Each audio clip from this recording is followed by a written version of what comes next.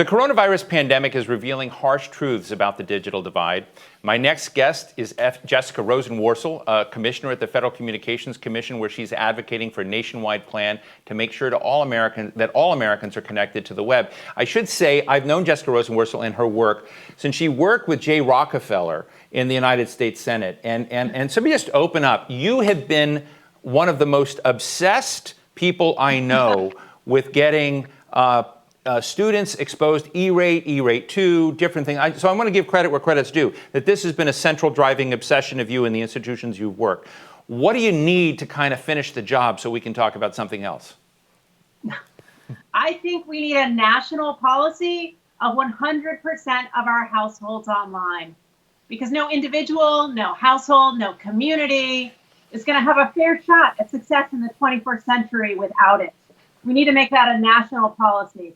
So I think in the near term, that starts with students, just because so many are sitting at home right now being asked to go to a remote classroom, and they don't have the internet access to get there.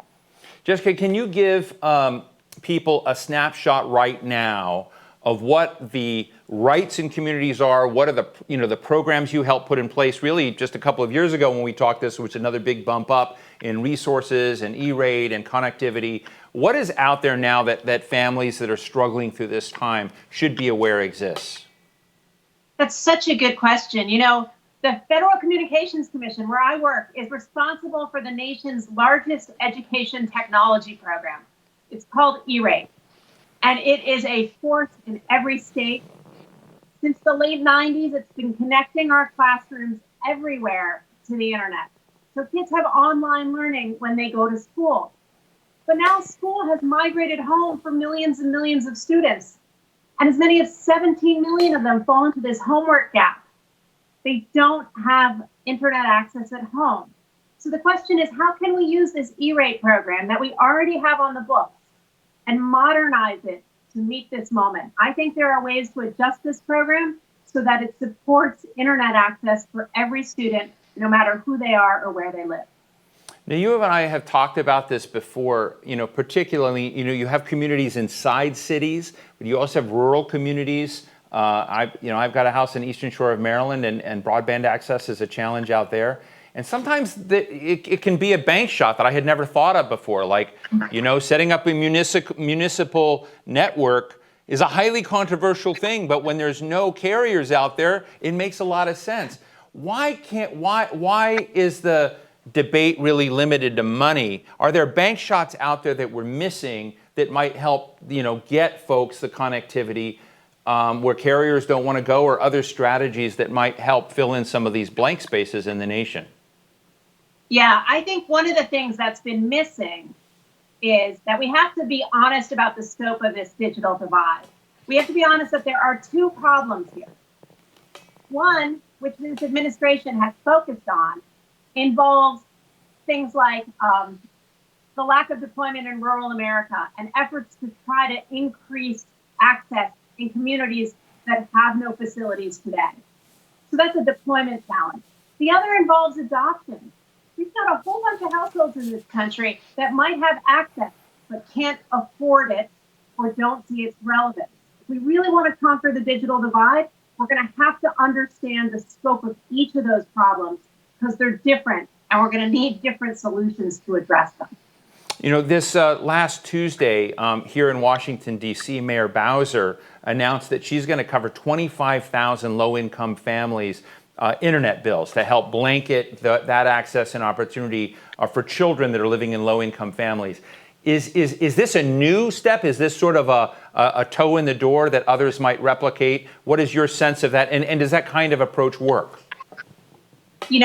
It's terrific for every mayor, town, and student who's the beneficiary of a planning like that. And we're seeing it in some small towns and in big cities like Washington and Chicago. But in the end, we shouldn't be doing this town by town, city by city. We have a national program called E-rate, where we could fund at national scale access for every student. We could use E-rate so that every school library could do things like loan out wireless hotspots and make sure no child is left offline. There's no reason we shouldn't use that program right now to meet this moment. And I'd like us to do that. And I think we'd make a really big dent in the homework gap, even in the middle of a crisis, if we did so. Well, you just used the word homework gap. I want to announce to the world that you were the originator and creator of this. We toss it around now all the time. Tell us what you specifically mean when you're talking about the homework gap, so that we can, use it as our new Oxford Dictionary item down the road, and we get the definition right. Absolutely. When I was growing up, what did I need for schoolwork? I needed paper, a pencil, and my brother leaving me alone, right? And the third one was the hard one. But those days are gone. 7 in 10 teachers assign homework that requires internet access, and FCC data show that 1 in 3 households do not have broadband. So where those numbers overlap is a homework gap. Those are the kids who can't get their nightly schoolwork done. But that homework gap is now an education gap, because so many students have been sent home. And those kids who don't have reliable internet access are locked out of the virtual classroom. You see them. They're sitting at Taco Bells, outside of fast food restaurants, trying to find a way to get online. And shame on us that we're not using programs like E-Rate to help solve that right now. Jessica, we're storytellers. I'm a storyteller, and so sometimes it helps to have, white hats and black hats, heroes and villains. So let me just be blunt. Is the administration a hero or a villain in this story of connectivity? Do you have heroes and villains on the Hill that you'd like to talk about? We're in a crisis. Look, students are at home. We're all at home. We've been told as a nation to go online for school, for work, for healthcare, and so much more. We should use every program we have today, every tool in our toolkit to make it happen. And the lack of ambition with the current FCC and with this administration to get every child connected using programs on the books like E-Rate is shameful. Now, that being said, there are bills that are out there, like the HEROES bill in the House and the Emergency Educational Connections Act in the Senate, that would actually compel the FCC to use the E-Rate program to solve the homework gap and help get every kid online. So there's legislative interest here, and I've got to believe there are kids struggling in every state. There's no reason why this should be a partisan issue. We should all care about the future of education, because the future of connectivity is a big part of it. Are there Republican leaders in the House and Senate that are aligned with you and your view? I should say aligned with your perspective?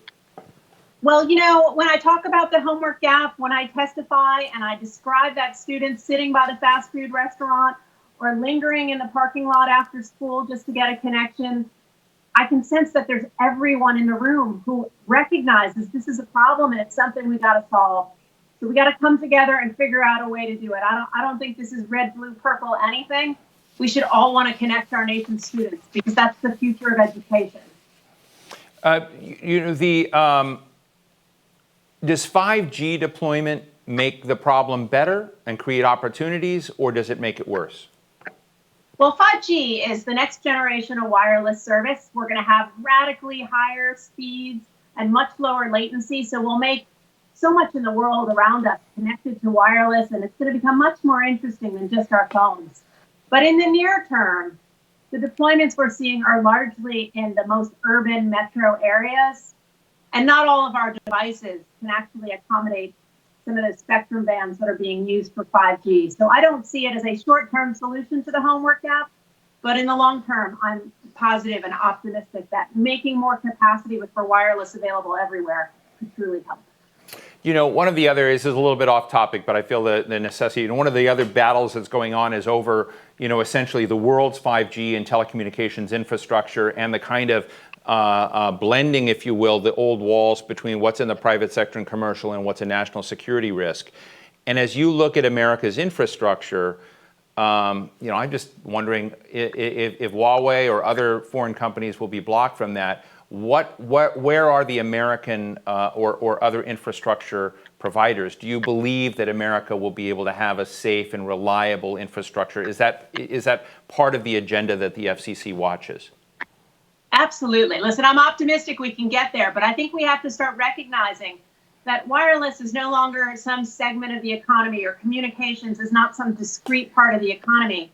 That connectivity is now a part of everything we do in civic and commercial life. So the security of those connections matters more than ever before. And when we have insecure Chinese equipment in our networks, we got to figure out how to take it out.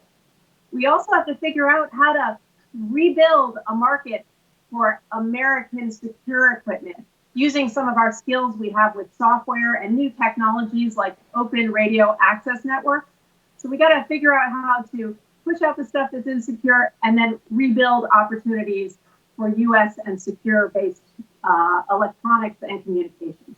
So you think that we'll be able to, because part of this is going to require a smarter industrial. We're going to have to embrace the words industrial policy at some level. Have either allies or U.S. firms able to, build and outfit next generation equipment and to provide those markets. And you think we'll be able to get there?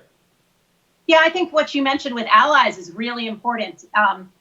In Prague several months ago, a whole bunch of nations came together to talk about what they were going to do to remove insecure network equipment from their existing networks and how they think about its deployment in the future. We're really going to have to build a worldwide response to increase the security of our networks, because all those cyber vulnerabilities are going to come back to us if we don't start thinking about it now before we deploy these next generation networks, because we're just going to keep using these networks and using them more for more things in the future. Well, Jessica Rosenworcel, Commissioner, FCC, you've always been generous with your time and thoughts here, and thank you for your leadership on E-Rate. I see it making a difference in community after community, whether that's in Chestertown, Maryland, or Bartlesville, Oklahoma. It's there, and I see what you've done. So thank you so much for sharing your time and thoughts today on this front. Thank you. Appreciate it.